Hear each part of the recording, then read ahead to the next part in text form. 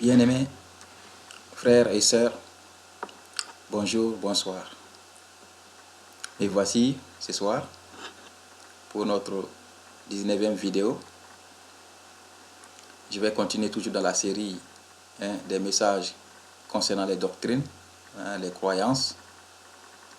Ce soir, nous allons parler de nos frères et sœurs juifs. Donc, on a eu à parler des catholiques, des branhamistes, des témoins de Jéhovah. On a adressé un message aux frères et sœurs musulmans. Aujourd'hui, j'aimerais parler à nos frères et sœurs juifs du monde entier. Pas seulement les Hébreux, parce que les Juifs, ce n'est pas une race, c'est toute une religion maintenant, une croyance. Il y a des blancs, il y a des noirs, il y a toutes sortes d'ethnies maintenant qui sont juifs. Alléluia. Avant de commencer, je vais faire une prière. Je prie pour que Jésus-Christ m'inspire, qu'il utilise ma bouche pour parler, qu'il me donne l'intelligence en esprit, qu'il me protège contre toute distraction de l'ennemi, et aussi qu'il dispose le cœur de ceux qui écoutent cet enregistrement à la compréhension, qu'il leur donne l'intelligence, qu'il leur parle en esprit.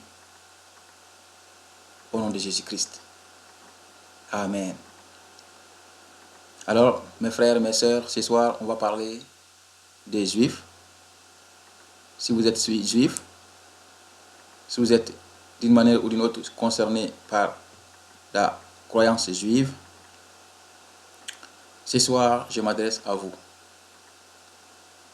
Donc, comme je disais tout à l'heure, les Juifs, c'est quand même une population qui est grande et qui date de longtemps.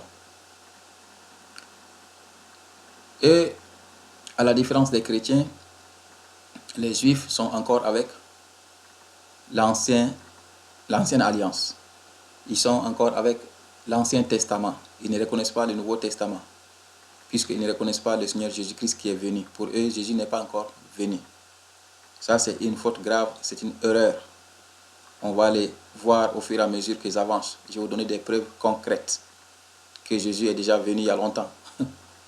Alléluia. Donc, avant de commencer, introduisons par un verset. Prenons Jean 4, verset 22. Vous adorez ce que vous ne connaissez pas. Nous adorons ce que nous connaissons. Car le salut vient des Juifs. Ça, c'est le Seigneur Jésus-Christ qui parlait avec la femme samaritaine au bord du puits. Il lui dit clairement que le salut vient des Juifs. Alléluia. Et si on regarde bien la lignée de Adam jusqu'à maintenant, effectivement, on est tous issus de Adam et d'Ève. Avec le temps, il y a eu des bifurcations, effectivement, parce que les gens se sont multipliés, chacun a pris son chemin. On est arrivé jusqu'à Abraham qui a eu Isaac et ensuite Ismaël. Isaac a eu Jacob, et Jacob a eu ses enfants, parmi lesquels il y a même un qui s'appelle Joseph qui est allé en Égypte, qui a été très utile pour Israël. C'est Jacob qui a donné Israël, avec les 12 tribus qui étaient les 12 enfants de Jacob. Et lorsque ils ont fait à peu près 400 années en Égypte, et Dieu a envoyé son serviteur Moïse, le grand prophète, qui est allé pour les ramener, pour les conduire d'Égypte jusqu'à la terre promise. Bon, Moïse n'a pas pu entrer à Canaan, mais quand même, il a joué la majeure partie avant de donner le relais à Josué. Donc voilà, Israël, comment il est venu. À partir de Jacob, et ces 12 tribus qui sont remontées d'Égypte pour aller vers la terre promise. Et voilà, et depuis ce temps, depuis les 5 livres de Moïse, de Genèse jusqu'à Deutéronome, et Dieu a beaucoup parlé. Il a donné des lois, des commandements, des lois et des préceptes, des conduites à tenir, des choses à éviter. Effectivement, quand on lit l'Ancien Testament, effectivement, tout est là-bas. Tout ça, c'est beau. L'Ancien Testament, ça fait partie intégrante de la vie du chrétien. Car là-bas, c'est les commencements. Mais, là où il y a problème, c'est là où nos amis juifs sont toujours avec l'Ancien Testament. Pour eux, Jésus qui a été annoncé dans l'Ancien Testament, qui devait venir pour nous sauver, pour eux, il n'est pas encore venu. Ils l'attendent toujours. Alors que Jésus est venu il y a 2016 années de cela. Hein? C'est son anniversaire qu'on compte. Hein? Les années, c'est son anniversaire. 2016, maintenant, c'est Jésus. C'est Jésus qui est né il y a 2016 années de cela. Jésus en chair, Jésus homme. Je clarifie encore que Jésus est au ciel. Il était au ciel depuis le commencement. Il était venu il y a 2000 ans de cela en chair pour nous parler. Et il est reparti. Alléluia. Donc, on va lire quelques versets pour avancer. Et voyons comment Jésus avait été annoncé. J'ai essayé de faire un mix. Un mix Ancien Testament, Nouveau Testament, pour que nos amis juifs qui croient beaucoup plus à l'Ancien Testament, pour qu'eux aussi ils se retrouvent. Alors, voyons maintenant Isaïe, le prophète Isaïe. Et dans l'Ancien Testament, c'est dans la liste des prophètes, Isaïe est en tête de liste. Alors, Isaïe 7, verset 14. C'est pourquoi le Seigneur lui-même vous donnera un signe. Voici, la jeune fille deviendra enceinte, elle enfantera un fils, et elle lui donnera le nom d'Emmanuel. Emmanuel veut dire Dieu avec nous. Ça, c'est Isaïe qui le dit. Isaïe a beaucoup parlé de Jésus, avec d'autres, comme Michée aussi. Alors ça, c'est Isaïe qui l'annonce. 7 à 8 siècles avant la venue de Jésus en chair au monde. Alors, effectivement, c'est ce qui s'est passé. Voyons dans le Nouveau Testament, Matthieu 1. Bon, toutes les 4 évangiles parlent de ça. Moi, j'ai pris ici Matthieu, comme ça par hasard. Alors, voyons Matthieu 1, verset 18. Voici de quelle manière arriva la naissance de Jésus-Christ. Marie, sa mère, ayant été fiancée à Joseph, se trouva enceinte par la vertu du Saint-Esprit, avant qu'ils eussent habité ensemble. Effectivement, une vierge qui s'appelait Marie, qui était fiancée à un homme qui s'appelait Joseph, un homonyme à moi, et en ce moment, on ne se couchait pas avant de se marier, c'est clair. Mais maintenant, c'est pas bon, c'est interdit. Les gens le font de façon sous forme de péché, mais c'est pas normal de se coucher. Alors, et voilà, un ange qui est venu parler à Marie, l'ange Gabriel, et tu seras enceinte. Elle était étonnée, parce qu'elle n'a jamais connu d'homme. Mais l'ange lui a tout expliqué, en ce moment, elle a accepté. Et c'est comme ça qu'elle est devenue enceinte, puis elle a donné naissance à Jésus, Christ de Nazareth. Donc,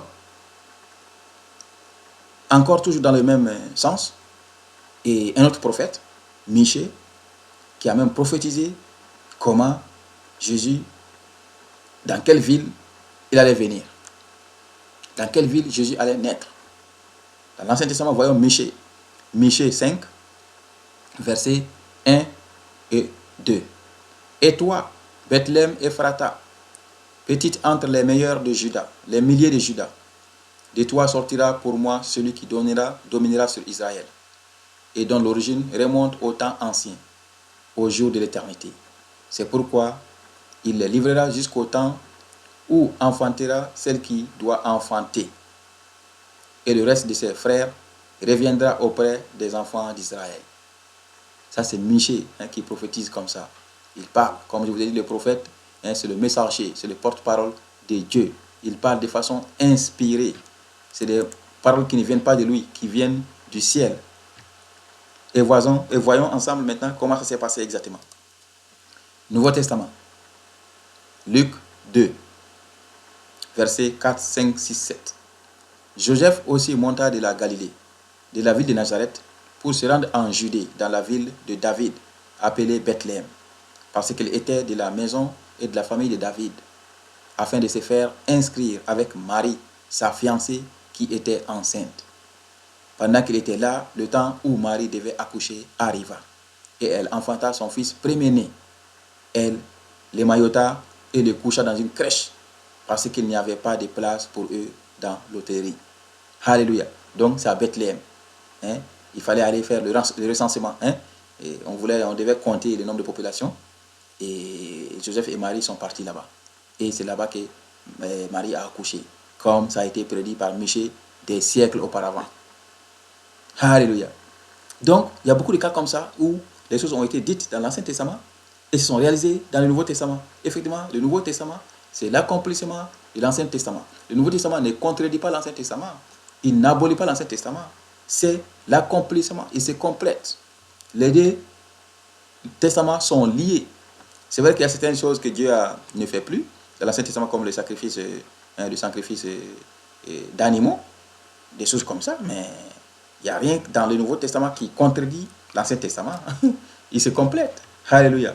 Donc, voyons encore ce qui a été dit à propos du Seigneur Jésus-Christ, par Isaïe toujours. Cette fois-ci, Isaïe 40, verset 3. Une voix crie: préparez au désert le chemin de l'Éternel, aplanissez dans les lieux arides une route pour notre Dieu. Alléluia. Et cette voix, on va savoir maintenant c'est laquelle dans le Nouveau Testament. Voyons Matthieu 3, versets 1 et 2. En ce temps-là apparut Jean-Baptiste, prêchant dans le désert de Judée. Il disait: répentez-vous, car le royaume des cieux est proche. Jean 1, verset 23. Moi, dit-il, je suis la voix de celui qui crie dans le désert. Aplanissez le chemin du Seigneur, comme a dit Isaïe le prophète. Voilà, ça c'est Jean qui parle, Jean-Baptiste. Donc, tout comme ça a été prophétisé par le prophète Isaïe, préparez au désert le chemin de l'Éternel. Il y avait cette voix, et cette voix, c'est la voix de Jean-Baptiste. Ça a été prophétisé 7 à 8 siècles avant. Alléluia. Et voilà, c'est le Seigneur Jésus-Christ. Nos frères et sœurs juifs qui disent qu'il n'est pas encore venu, je vous dis encore, ressaisissez-vous, cherchez la vérité. Dieu a dit: qui me cherche me trouvera s'il me cherche en vérité. S'il me cherche de tout son cœur, il va me trouver. C'est ça Dieu. Beaucoup de gens ont cherché Dieu en pleurant, en s'humiliant, toutes les religions confondues. Ils ont trouvé le Seigneur. Dieu leur a montré le Jésus-Christ, son Fils bien-aimé, qu'il a désigné chez lui le chemin. Pour venir à moi, passe par lui. C'est comme ça. Peu importe ce que tu croyais avant, si Dieu se révèle à toi, il va te montrer le chemin qui est Jésus-Christ. Alléluia. Donc, Jésus a accompli beaucoup de choses. On ne pourra pas tout citer. J'ai fait quelques collections. Je vais toujours essayer de faire le lien ancien-nouveau pour montrer qu'il n'y a pas de contradiction. Alors, dans l'Ancien Testament, voilà ce qui a été dit par le prophète Zacharie. Zacharie 9, verset 9 ou 1. Sois transporté d'allégresse, fille de Sion, pousse des cris de joie, fille de Jérusalem. Voici, ton roi vient à toi. Il est juste et victorieux. Il est humble et monté sur un âne, le petit d'une ânesse. C'est Zacharie qui dit ça, de façon prophétique. Comme je vous dis, quand les prophètes ils parlent comme ça, sous l'inspiration, quand ils sont sous l'onction, et là, comme on dit, ils sont en feu, ils parlent, ils ne contrôlent pas. C'est Dieu qui parle à travers eux. Et voilà, Nouveau Testament, Marc 11, verset 7. Ils amenèrent à Jésus l'ânon, sur lequel ils jetèrent leurs vêtements, et Jésus s'assit dessus. Voilà. Ça, c'est quand il était proche de la ville pour entrer. Il a dit à ses disciples: allez dans cette ville et puis vous allez trouver un ânon qui est attaché. Détachez-le et amenez-le. Si on vous demande, dites-leur que c'est le Seigneur qui a besoin de ça. Effectivement, ça a été comme ça. Ils sont allés, ils ont détaché et ils ont dit que c'est le Seigneur qui a besoin de ça. Il n'y a pas eu de résistance. C'est un ânon sur lequel personne n'avait monté auparavant. C'est le Seigneur qui est monté dessus pour entrer à Jérusalem. Alors, voilà une autre chose qui se concrétise. Ancien, nouveau. Jésus a fait beaucoup de miracles. Ce que lui a fait, personne n'a encore fait sur cette terre. Il y a eu beaucoup de prophètes. Parlons de l'Ancien Testament. Il y a eu beaucoup de prophètes, des rois, des juges, des lévites, des sacrificateurs, des prêtres, tout ce que vous voulez. Et ce que Jésus a fait, nul ne l'a fait. Et lui-même, il l'a dit. Ce que j'ai fait, personne ne l'a fait. Alléluia. Parmi ces miracles, voyons quelques-uns. Il y en a beaucoup. Et on va commencer par l'Ancien Testament. Voyons Ésaïe 35, versets 4, 5, 6. Dites à ceux qui ont le cœur troublé: prenez courage. Ne craignez point. Voici notre Dieu. La vengeance viendra. La rétribution de Dieu. Il viendra lui-même et vous sauvera. Alors, s'ouvriront les yeux des aveugles, s'ouvriront les oreilles des sourds. Alors le boiteux sautera comme un cerf, et la langue du mien éclatera de joie, car des eaux jailliront dans le désert et des ruisseaux dans la solitude. Alléluia. Voilà. Donc quand le Seigneur vient, il y aura toutes ces choses. Des miracles et des prodiges. Des paralytiques qui se lèvent, des morts qui se ressuscitent, des aveugles qui voient, des sourds qui entendent, toutes sortes de choses, des lèpres qui sont guéris, des démons qui sont sachés. Et c'est clair, effectivement, Jésus a fait tout ça. Jésus a fait tout ça. On va voir quelques-uns ensemble. Et commençons par la guérison de la femme qui avait des pertes de sang pendant 12 ans. Et voilà une femme qui avait des pertes de sang. Elle a consulté des médecins, il a tout fait, il a payé beaucoup d'argent. Ce n'est pas fini. Et ce jour-là, Jésus passait et puis il y avait beaucoup de foules. Il y avait des bousculades. Et elle a vu qu'il y avait des espoirs et il n'y a pas moyen d'atteindre le Seigneur. Il s'est dit, ok, je vais au moins toucher son habit, son vêtement, et je serai guéri. C'est la foi. Alléluia. Donc voyons ensemble ici. Et Luc 8, verset 43-44. Or, il y avait une femme atteinte d'une perte de sang depuis 12 ans et qui avait dépensé tout son bien pour les médecins, sans qu'aucun ait pu la guérir. Elle s'approcha par arrière et toucha le bord du vêtement de Jésus. Au même instant, la perte de sang s'arrêta. Voilà, c'est la foi. Elle a eu la foi. Elle s'est dit que voilà, ça c'est le Messie. Il est capable de tout. Je veux toucher son habit. Et c'est tout. Et c'est ce qu'elle a fait, il s'est guéri. Le Seigneur s'en est même rendu compte. Alléluia. Un autre miracle. Résurrection d'une fille, une fillette qui était décédée. Luc 8, versets 54 et 55. Mais il la saisit par la main et dit, d'une voix forte, enfant, lève-toi. Et son esprit revint en elle. Et à l'instant, elle s'éleva et Jésus ordonna qu'on lui donna à manger. J'ai écouté les versets pour que ça ne soit pas trop long. Et j'aime faire des vidéos qui ne sont pas trop longues. Sinon, après, ça devient un peu ennuyant. Et avec les temps qui courent, les gens n'ont pas beaucoup de temps. Maintenant, on a beaucoup de choses à faire. J'essaie de mon maximum pour ne pas dépasser une demi-heure, au pire des cas, 1 heure. Donc, et voilà, c'était une fillette qui était décédée. Et ses parents étaient désespérés. Jésus l'a ressuscité. Et il n'y a pas eu que ça comme résurrection. Il y a eu Lazare. Lazare, son bien-aimé, son ami. Lazare qui était mort et qui a fait 4 jours dans les tombeaux. 4 jours. Voilà Jean 11, verset 25, puis 43-44. Jésus le dit, je suis la résurrection et la vie. Celui qui croit en moi vivra, quand même il serait mort. Ayant dit cela, il cria d'une voix forte, Lazare, sors. Et les morts sortit, les pieds et les mains liés de bandes, et le visage enveloppé de linge. Jésus leur dit, déliez-le et laissez-le aller. Ça, c'est Lazare qui était décédé. Ses sœurs, Marie, Marthe, étaient complètement désespérées parce qu'ils avaient dit au Seigneur, viens, notre frère est malade. Et donc Jésus avait beaucoup de choses à faire, il n'était pas venu. Et Lazare était mort 4 jours. Le Seigneur a dit, non, ne vous préoccupez pas, ça c'est pour la gloire de Dieu. Alléluia. Et Jésus l'a appelé. Il a appelé quelqu'un qui était mort 4 jours auparavant. Imaginez 4 jours de mort dans les tombeaux, sans être glacé comme on le fait maintenant, et sans être injecté de produits chimiques. C'est complètement la décomposition. Et Jésus l'a appelé, il est sorti. Alléluia. Jésus avait beaucoup de miracles. Ça ne finit pas. Je ne pourrais pas tout citer, sinon ça va être trop long. Mais je vais juste les citer comme ça avec les versets. Jésus a changé l'eau en vin. Et la Bible dit que c'est un de ses premiers miracles. Lors d'un mariage, il allait là-bas, le vin était fini. Alors Jésus a multiplié l'eau. Il a pris de l'eau, il a changé ça en vin. Et Jean 2, 1 à 11. La guérison d'une fille de l'officier royal. Effectivement, l'officier était venu pour dire que sa fille était malade. Et voilà, Jésus l'a guéri, son fils. Jean 4, 46, 53. Jésus a multiplié le pain, effectivement. Ses disciples disaient que mais toute cette foule, on va nourrir comment? On n'a pas assez de nourriture. Et Jésus a dit, bon, amenez le pain que vous avez. Jésus a multiplié. Les gens ont mangé jusqu'à ils ont laissé du reste. Jean 6, verset 5, 13. Jésus a marché sur les eaux, effectivement. Dans la barque étaient les disciples qui partaient. Et puis lui, il avait pris un peu de retard en arrière. Puis après, il a marché pour rejoindre ses disciples.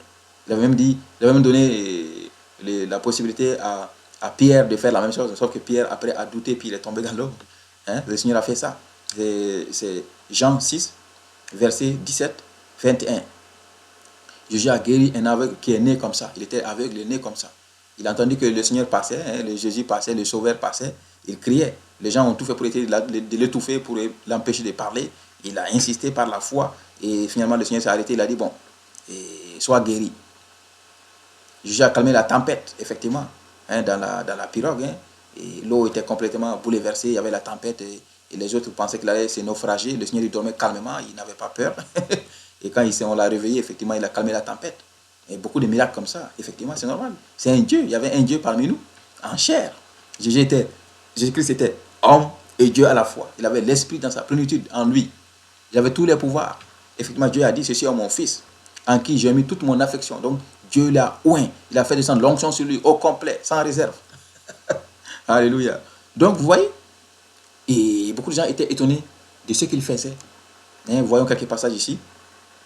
Matthieu 13, versets 54 à 57. S'étant rendu dans sa patrie, il enseignait dans la synagogue, de sorte que ceux qui l'entendirent étaient étonnés et disaient, d'où lui viennent cette sagesse et ces miracles? N'est-ce pas le fils du charpentier? N'est-ce pas Marie qui est sa mère? Jacques, Joseph, Simon et Judas ne sont-ils pas ses frères? Et ses sœurs ne sont-elles pas toutes parmi nous? D'où lui viennent donc toutes ces choses? Et il était pour eux une occasion de chute. Mais Jésus leur dit, un prophète n'est méprisé que dans sa patrie et dans sa maison. Effectivement, c'est vrai. Voilà. Et donc, il faisait beaucoup de miracles et de prodiges. Et les gens étaient étonnés. Effectivement, parce que les Juifs, effectivement, ils attendaient. Ils savaient que Jésus allait venir. Parce que c'est dit dans l'Ancien Testament. Mais il attendait à ce qu'il vienne d'une façon spectaculaire, j'imagine. De façon spectaculaire, peut-être un ciel qui s'ouvre avec un roi sur un trône qui descend. Mais Dieu a fait les choses en sa façon. Dieu est plein de douceur et d'humilité. Donc, il est passé par une famille humble, modeste. Joseph le charpentier avec Marie, cette femme très modeste aussi. Et Jésus est venu au monde comme ça. Alléluia. C'est ça le Seigneur. Des fois, même dans les prières, on demande quelque chose à Dieu. Il nous répond, il exauce. Mais de sa façon. Des fois, on fait une prière et puis on attend vers la droite. Et la réponse vient vers la gauche. C'est clair. Dieu est souverain. Dieu veut sa gloire. Il veut être glorifié. Il ne veut pas qu'on tombe dans l'orgueil. Ah, c'est ça. Alléluia. Et donc, ces gens, il était étonné. Il se posait des questions. Le charpentier, son fils, sa mère, ses frères sont là. Et comment est-ce possible qu'il fasse tout ça? Mais ça n'a pas été partout comme ça. Il y a des gens qui ont cru facilement. Et la femme samaritaine, par exemple. Prenons Jean 14, versets 28 à 30, puis 39. Je saute des parties pour ne pas être trop long. Et alors la femme, ayant laissé sa cruche, s'en alla dans la ville et dit aux gens, venez voir un homme qui m'a dit tout ce que j'ai fait. Ne serait-ce point le Christ? Ils sortirent de la ville et ils vinrent vers lui. Plusieurs Samaritains de cette ville crurent en Jésus à cause de cette déclaration formelle de la femme. Il m'a dit tout ce que j'ai fait. Alléluia. Moi, ça a été comme ça. Parce que moi, j'ai quitté Québec pour aller à Montréal, effectivement. Je vivais une vie de païen, j'étais un peu dans le désordre.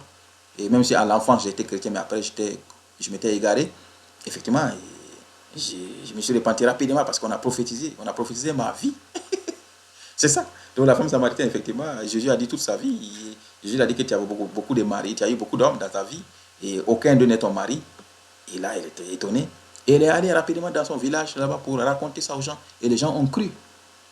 Donc, ce n'est pas tout le monde qui a rejeté le Seigneur. Il y en a qui ont cru. Il y a des Juifs qui ont cru et qui ont été sauvés. Il y a même des Samaritains. Les Samaritains, effectivement, à l'époque, c'est des gens que les Juifs ne considéraient pas, les gens que les Juifs prenaient pour des païens, des idolâtres, et qu'on une race impure. Mais voilà, la Samarie a cru. Et alléluia. Donc, voilà. Tout ça, c'est pour vous dire que, mes frères et mes sœurs juifs, vous qui encore ne croyez pas que le Seigneur est venu, qui n'acceptez pas le Nouveau Testament, qui refusez d'être chrétien, c'est-à-dire disciple du Seigneur Jésus-Christ, vous êtes en erreur. Vous êtes en retard de 2016 années. Certes, il va venir le Seigneur, et c'est même proche, il me l'a dit. Mais quand il vient, ce n'est pas ce que vous attendez. Quand il vient, c'est tout, c'est la fin, c'est le jugement de rien. Il n'y aura pas d'excuses. Vous ne pourrez rien faire d'autre pour améliorer, pour chercher la grâce. Il n'y a rien à faire. La grâce, c'est maintenant qu'il faut la chercher. Le Seigneur m'a dit que son retour est proche. Il me l'a dit le 1er juin, un lundi. Il m'a dit que son retour est proche. Là, c'était ma 6e rencontre avec le Seigneur Jésus-Christ. Alléluia. Alléluia, gloire à Dieu. Amen. Je souhaite, c'est ma prière de tous les jours, qu'il se révèle à vous, qu'il se montre à vous, frères et sœurs, juifs du monde entier. Juif ne veut pas dire seulement israélien. Juif ne veut pas dire seulement hébreu. Maintenant, c'est une religion, comme j'ai dit. Il y a beaucoup de juifs à travers le monde. Cherchez Dieu, il va se révéler à vous. C'est ça que Dieu veut. Dieu ne se cache pas. Car il veut qu'on soit sauvé. Dieu veut seulement punir Satan et ses démons. Pas les hommes. Mais Satan, il nous égare. Satan nous égare. Il ne veut pas aller en enfer tout seul. Oh Seigneur. Alléluia. Donc, voilà, il y a des hommes qui ont même vu de leurs propres yeux et ils n'ont pas cru. Par contre, il y en a qui ont eu des témoignages, ils ont cru. C'est comme ça. On dit que la foi, c'est croire sans voir. C'est ça la foi. Croire sans voir. Alléluia. Donc, voyons, il y a même des esprits qui ont reconnu le Seigneur, mais il y a des hommes qui ne l'ont pas reconnu. Voyons quelques exemples. Et Marc 1, verset 23, 24. Il se trouva dans leur synagogue un homme qui avait un esprit impur et qui s'écria: Qu'y a-t-il entre nous et toi, Jésus de Nazareth? Tu es venu pour nous perdre. Je sais que tu es le Saint de Dieu. Là, c'est un esprit impur, hein? C'est ce qu'on appelle les démons. Donc, il y avait une personne qui était possédée, hein, sous l'onction du Seigneur Jésus-Christ dans sa présence.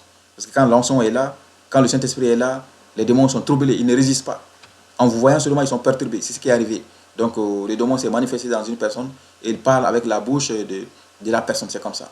Comme je dis que Dieu parle à travers la bouche des prophètes, ou lorsque l'homme parle sous l'effet du Saint-Esprit, de la même façon, les démons aussi possèdent une personne pour parler avec sa bouche. C'est comme ça. Parce qu'ils sont esprits, on ne peut pas les voir. Donc, voilà un esprit qui parlait. Voilà. Il dit: Je sais que tu es le Saint de Dieu. Alléluia. Acte 19, verset 15.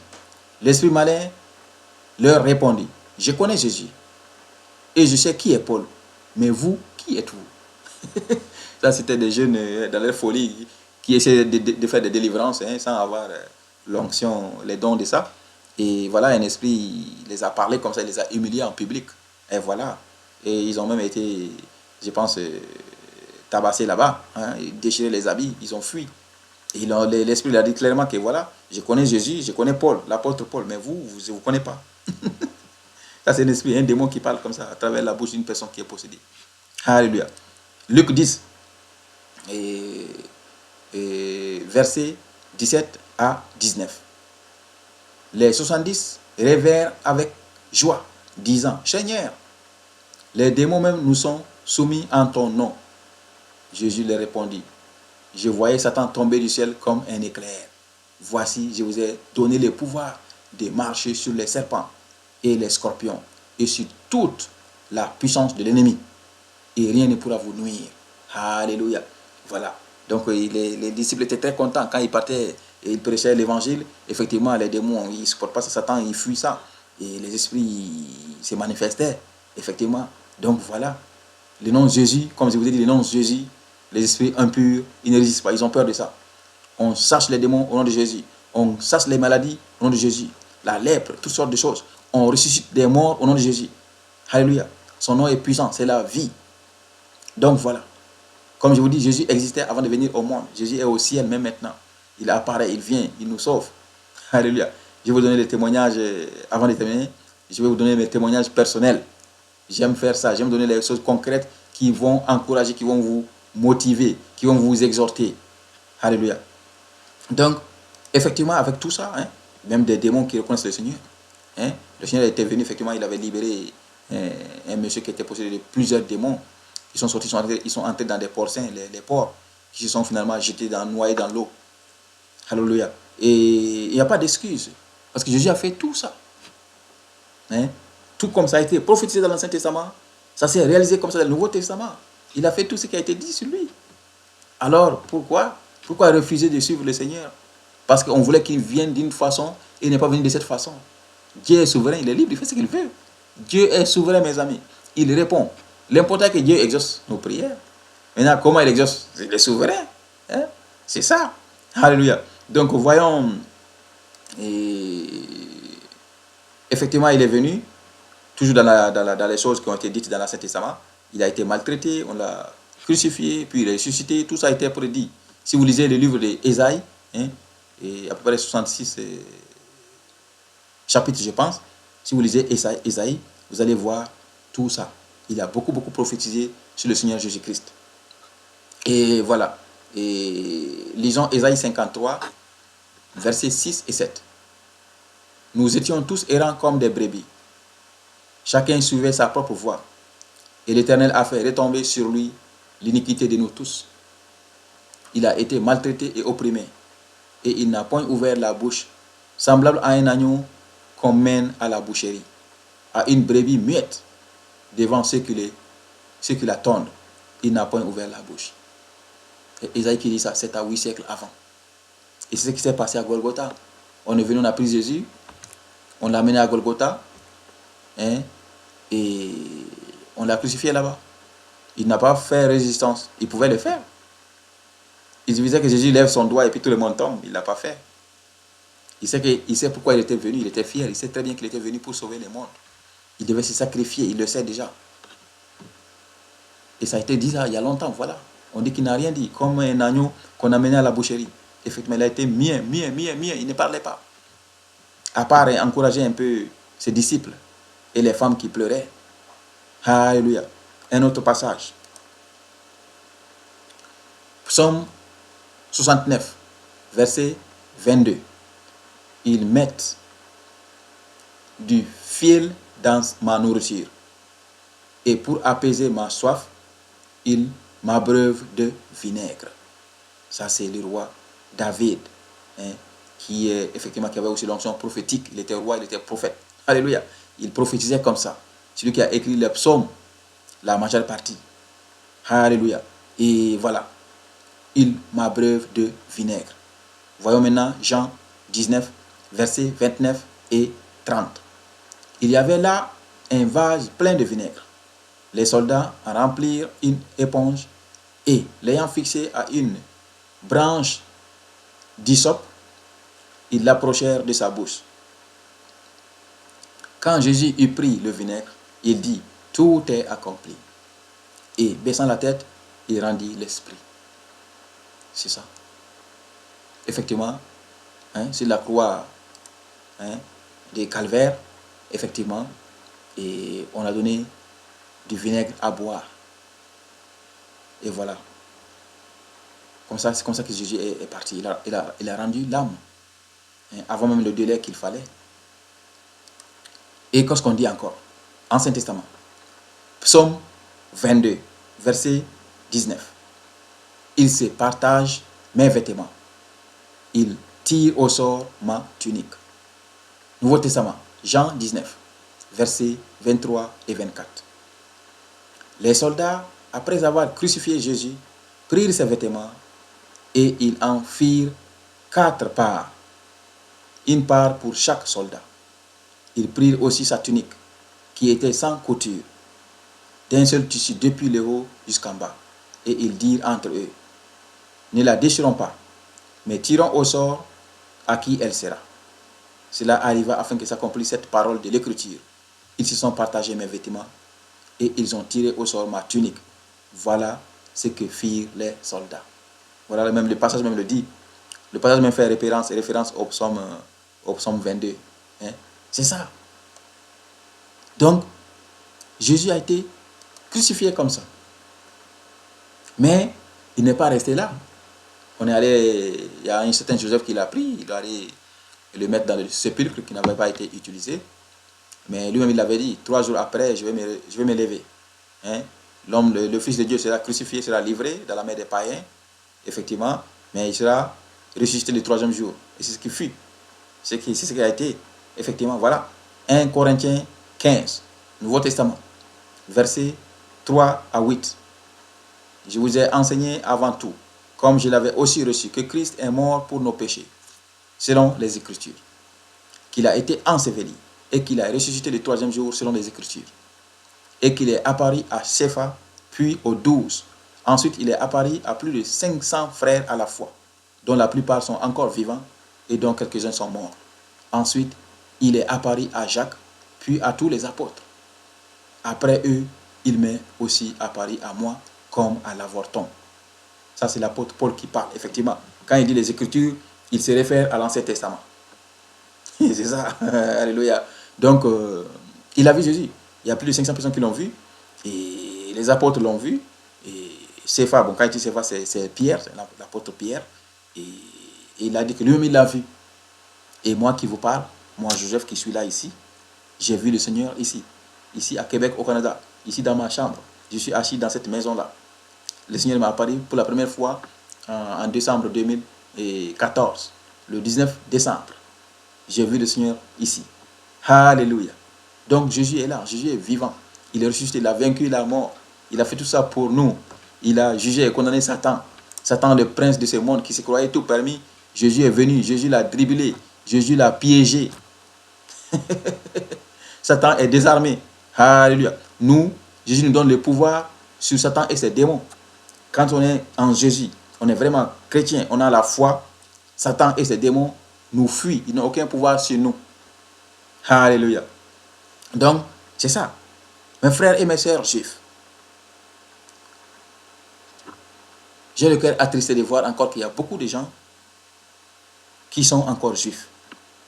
Ils se disent que Jésus n'est pas encore venu. C'est Jésus qui a été prophétisé par Michée, par Isaïe. Il est venu, il est venu. Ce qui reste maintenant, c'est le dernier voyage. Quand il vient maintenant, c'est fini. Il n'y aura pas de déluge. Il y aura le feu, le temps de feu de soufre. Le monde fini. À la résurrection, il va amener son peuple avec lui. Les autres iront avec Satan et les démons en enfer. Tous ceux qui n'ont pas le salut, c'est l'enfer. Venez au Seigneur. Venez à Jésus-Christ de Nazareth. Il est venu. Il est issu de vous. Il est issu des Juifs. C'est la lignée du roi David. Hein? Alors, venez. Alléluia. Donc, et surtout, nous sommes au dernier virage.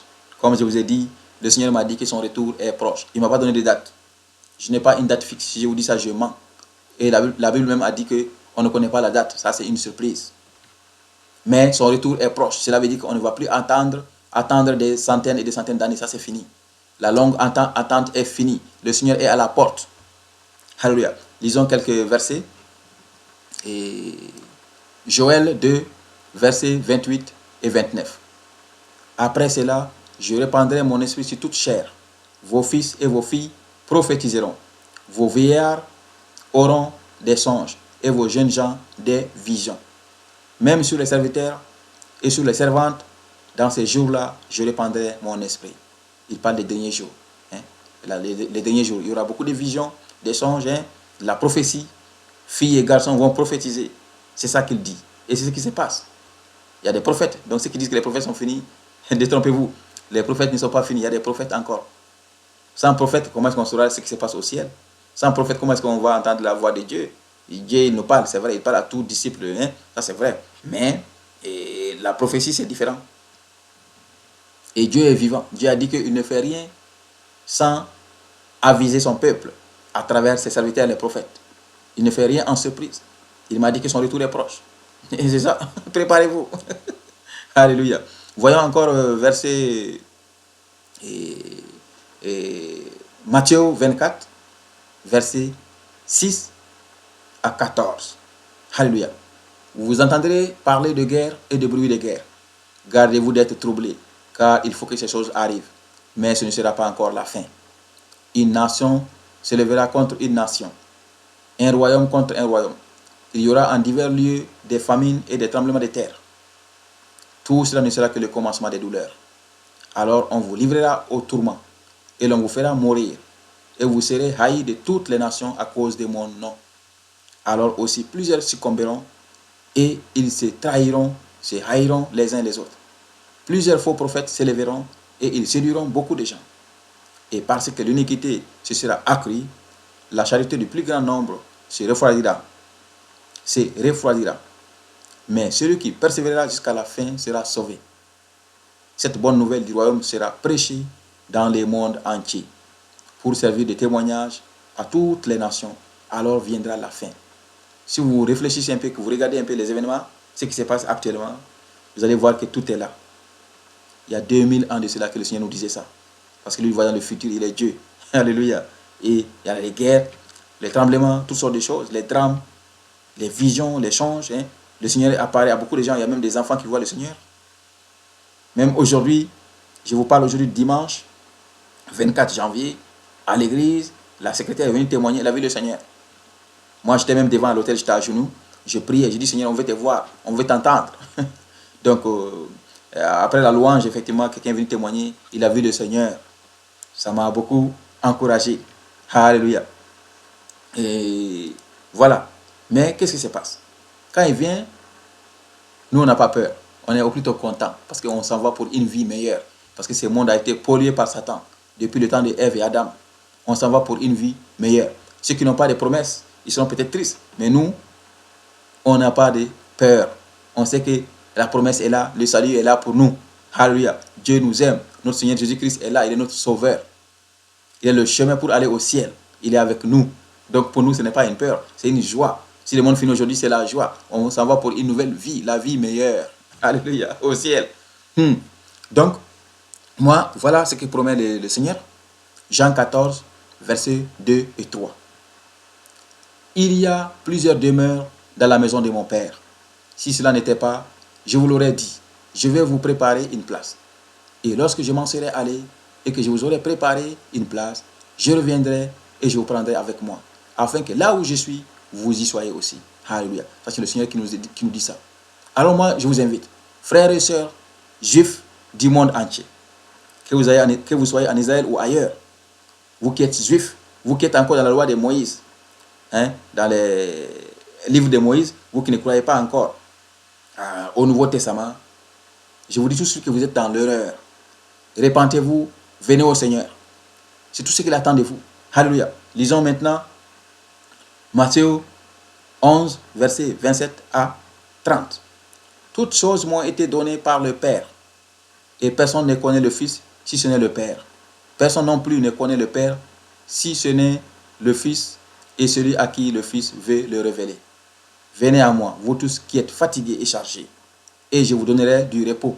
Prenez mon joug sur vous et recevez mes instructions, car je suis doux et humble de cœur, et vous trouverez du repos pour vos âmes, car mon joug est doux et mon fardeau léger. Alléluia, ça c'est l'appel du Seigneur Jésus-Christ quand il était avec nous ici. Il vous appelle à venir à lui. Il n'y a pas d'autre chemin que lui. Jean 6. Tout ce que le Père, Jean 6, 37 à 40, tout ce que le Père me donne viendront à moi, et je ne mettrai dehors personne. Car je suis descendu du ciel pour faire, non ma volonté, mais la volonté de celui qui m'a envoyé. Or, la volonté de celui qui m'a envoyé, c'est que je ne perde rien de tout ce qu'il m'a donné, mais que je ressuscite au dernier jour. La volonté de mon Père, c'est que quiconque voit le Fils et croit en lui ait la vie éternelle, et je le ressusciterai au dernier jour. Alléluia. Il a ressuscité Lazare, il a ressuscité la fillette, il calme la tempête. Alléluia. Ressusciter quelqu'un pour Jésus, c'est comme ça, c'est très facile. Et il donne même le pouvoir aux autres de le faire.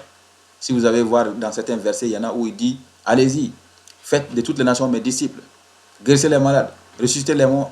Donc, il nous délègue même les pouvoirs de le faire. Donc, pour lui, c'est la facilité. Jésus est appelé à ressusciter tous les morts, sauvés et non sauvés. Ils seront ressuscités. Quand il vient, les morts seront ressuscités. Ceux qui ne sont pas morts, l'esprit va quitter le corps, parce que la chair doit rester ici. Alléluia. La prochaine vie, c'est en esprit, au ciel, comme des anges. Alors, frères et sœurs, je vous invite encore à méditer, à prier. Quand vous cherchez Dieu, vous le trouverez. Ne restez pas accrochés là-bas, juifs, comme si c'était une affaire d'héritage, comme si c'était une affaire d'ethnie, de citoyenneté. Non, non, non, non. Laissez tomber ça. Humiliez-vous devant le Seigneur. Mettez-vous dans votre chambre. Allez dans les lieux secrets tout seul. Priez, priez, priez. Humiliez-vous, pleurez et parlez à Dieu, il va vous répondre. C'est tout ce qu'il cherche. Qui cherche Dieu, trouve Dieu. Dieu n'est pas caché, il est là. Mais si on reste là-bas parce que mon père est ceci, je suis ceci, et ma mère est ceci, je suis ceci, c'est compliqué. Ou qu'ils vont dire les voisins, les amis, non, non, non, non. Et ils ne pourront pas vous sauver. C'est le salut ça passe que par Jésus. Un père ne peut pas sauver un fils. Une femme ne peut pas sauver son époux et vice-versa. Jésus a dit qu'à la résurrection, il n'y aura pas d'épouse, il n'y aura pas d'époux. Père, mère, fils, tout ça, c'est ici au monde. Il n'y en a rien d'autre. Alléluia. Oh mon Dieu, mon sauveur. Merci Papa Yahweh. Merci Père Tout-Puissant, Dieu de gloire. Merci Seigneur Jésus. Alléluia. Donc, effectivement, 1 Timothée 2, versets 3 et 4. Cela est bon et agréable devant Dieu, notre Sauveur, qui veut que tous les hommes soient sauvés et parviennent à la connaissance de la vérité. La vérité, c'est quoi? C'est dans la Bible. Lisez la Bible. Et convertissez-vous en Jésus. Et l'Esprit Saint aussi va vous guider. Le Saint-Esprit, c'est pour la révélation. C'est pour nous éclairer. C'est pour nous consoler. Le Saint-Esprit, il nous parle. Il nous montre des choses. Ça nous montre la vérité. On ne pourra pas nous mentir. Quand quelqu'un vous ment, l'Esprit Saint vous dit non, non, non. Alléluia. 2 Timothée 3, verset 16, 17. Toute écriture est inspirée de Dieu et utile pour enseigner, pour convaincre, pour corriger, pour instruire dans la justice, afin que l'homme de Dieu soit accompli et propre à toute bonne œuvre. Alléluia. Donc, voilà, ça c'est dans le Nouveau Testament. Alors, avant de boucler, je vais encore donner un témoignage peut-être qui va vous encourager, qui va vous motiver. Ne rejetez pas le Nouveau Testament. C'est la parole de Dieu, tout comme l'Ancien Testament. Moi qui suis là, qui suis en train de vous parler, comme je vous ai dit, Dieu me parle plusieurs fois à travers les versets de la Bible. Au tout départ, c'était dans les songes. Pendant que je dors, on me cite des versets. J'entends la voix même qui me le dit.